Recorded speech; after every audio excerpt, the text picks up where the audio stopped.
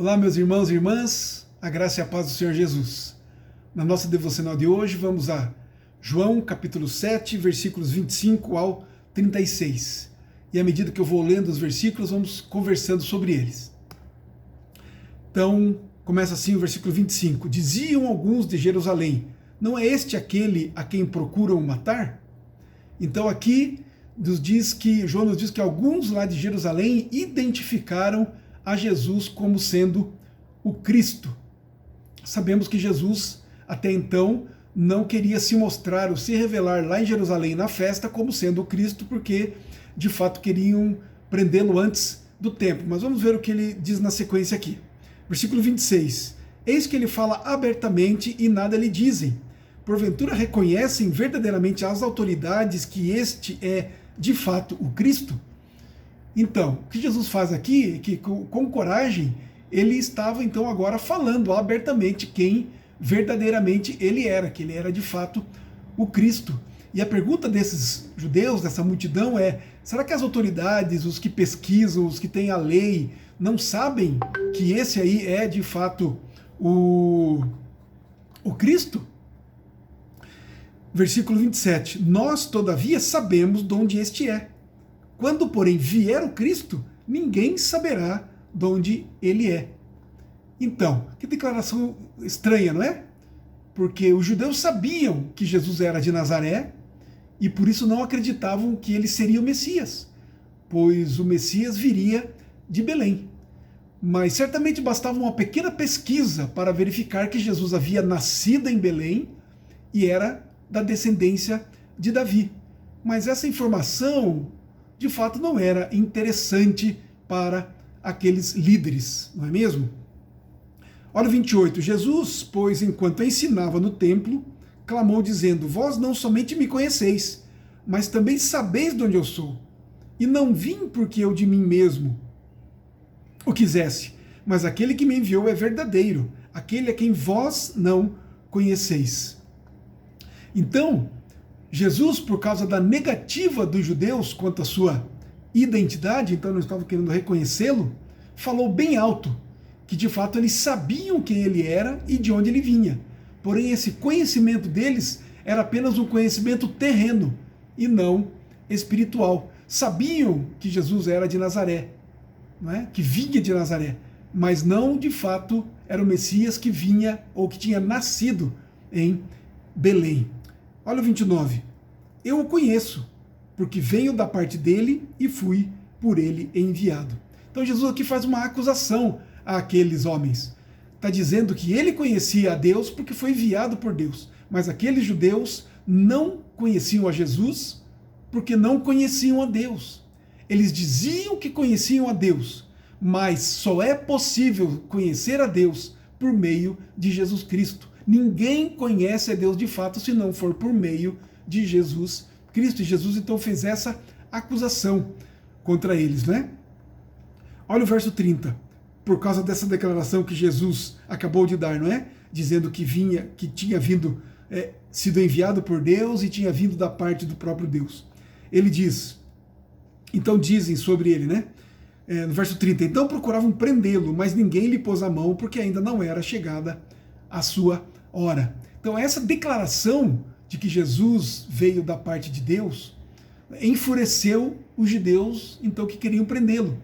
Mas como ainda não era um momento determinado por Deus, ninguém conseguiu sequer pôr as mãos nele. Deus, queridos, é soberano e onipotente, tudo está debaixo do seu domínio e do seu controle. Somente quando Deus permitisse e quando chegasse verdadeiramente a hora que eles poderiam prender a Jesus, como de fato aconteceu um pouco mais adiante. Verso 31, e contudo muitos entre a multidão creram nele e diziam, quando vier o Cristo fará porventura maiores sinais do que este homem tem feito? Então, sempre haverá pessoas que vão crer na pessoa e na obra de Jesus Cristo. Muitos não crerão, mas outros tantos crerão, não é? Por isso é que nós devemos anunciar a Jesus com coragem. Por isso que nós devemos imitar a Jesus, que aqui, nesse momento, no templo, ensinava e abertamente falava que ele era o Cristo. Nós também temos que anunciar Jesus Cristo como o Cristo, o ungido, o Messias, o enviado, aquele que veio morrer pelos nossos pecados, por causa dos nossos pecados. Isso que nós devemos anunciar com coragem.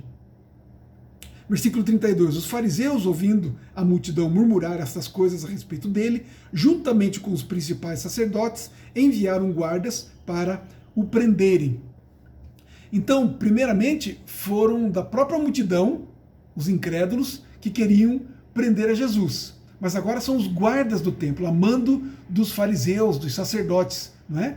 Que queriam então prender a Jesus por conta desta murmuração, por conta desta confusão toda que a multidão estava gerando em torno da pessoa de Jesus e da sua declaração. Versículo 33. Disse-lhe Jesus: ainda por um pouco de tempo estou convosco, e depois irei para junto daquele que me enviou. Então, mas ele diz mais, não é? Olha o 34. A vez de procurar-me não me achareis, também aonde eu estou, vós não podeis ir. Disseram, pois, os judeus uns aos outros: para onde irá este que não o possamos achar? Irá, porventura, para a dispersão entre os gregos, com o fim de os ensinar? O que significa de fato que ele diz: a vez de procurar-me e não me achareis, também onde eu estou, vós não podeis ir. Então, aqui eles ficaram muito confusos, não é? Jesus está falando da sua presença, que a sua presença entre eles está com os dias contados. Ele ficará entre eles até a sua morte e ressurreição. Depois disso, voltará à presença de Deus Pai. E isso causou uma confusão na mente daqueles homens, né? Os deixou então muito confusos, pois Jesus falava espiritualmente. E eles não entendiam, pois eles eram carnais e não espirituais. É incrível isso, não é, queridos? Eles eram o povo de Deus, não é mesmo? Eles tinham a lei de Deus, a palavra de Deus, os oráculos de Deus, mas não conheciam a Deus. Então, quais as lições que nós podemos aprender? Pelo menos duas aqui dessa narrativa de João. Em primeiro lugar, a incredulidade tomou conta daqueles judeus. O povo que tinha a Escritura nas mãos, como eu acabei de dizer, e o próprio Cristo encarnado na frente deles, eles não creram. Que o Senhor, portanto, nos livre da mesma incredulidade. Que ao examinarmos as Escrituras, possamos ver Cristo revelado nela. Como também sejamos impulsionados a vivermos o seu ensino e a sua vida. E em segundo lugar, aqueles judeus deixaram de buscar ao Senhor enquanto estava entre eles. Mas em poucos dias ele não mais estaria, pois seria preso e morto naquela cruz maldita. Hoje, queridos, também o dia está próximo. O dia da volta de Jesus está chegando. Então, o dia da nossa salvação final também está. Certifiquemo-nos, então, de que verdadeiramente somos salvos. Não nos enganemos. Anunciemos também àqueles que nos são caros, pois as portas das misericórdias de Deus ainda estão abertas, e o trono da graça continua aguardando pelos eleitos de Deus. Portanto, queridos, que nenhum de nós, por ser tarde demais, tenha que ouvir essa terrível declaração de Jesus, no verso 34. A vez de procurar-me e não me achareis, também aonde eu estou, vós não podeis ir. Que não seja assim conosco, que não seja assim com nenhum dos nossos queridos. Anunciemos o Evangelho hoje, pois hoje é tempo de salvação. Em nome de Jesus. Amém.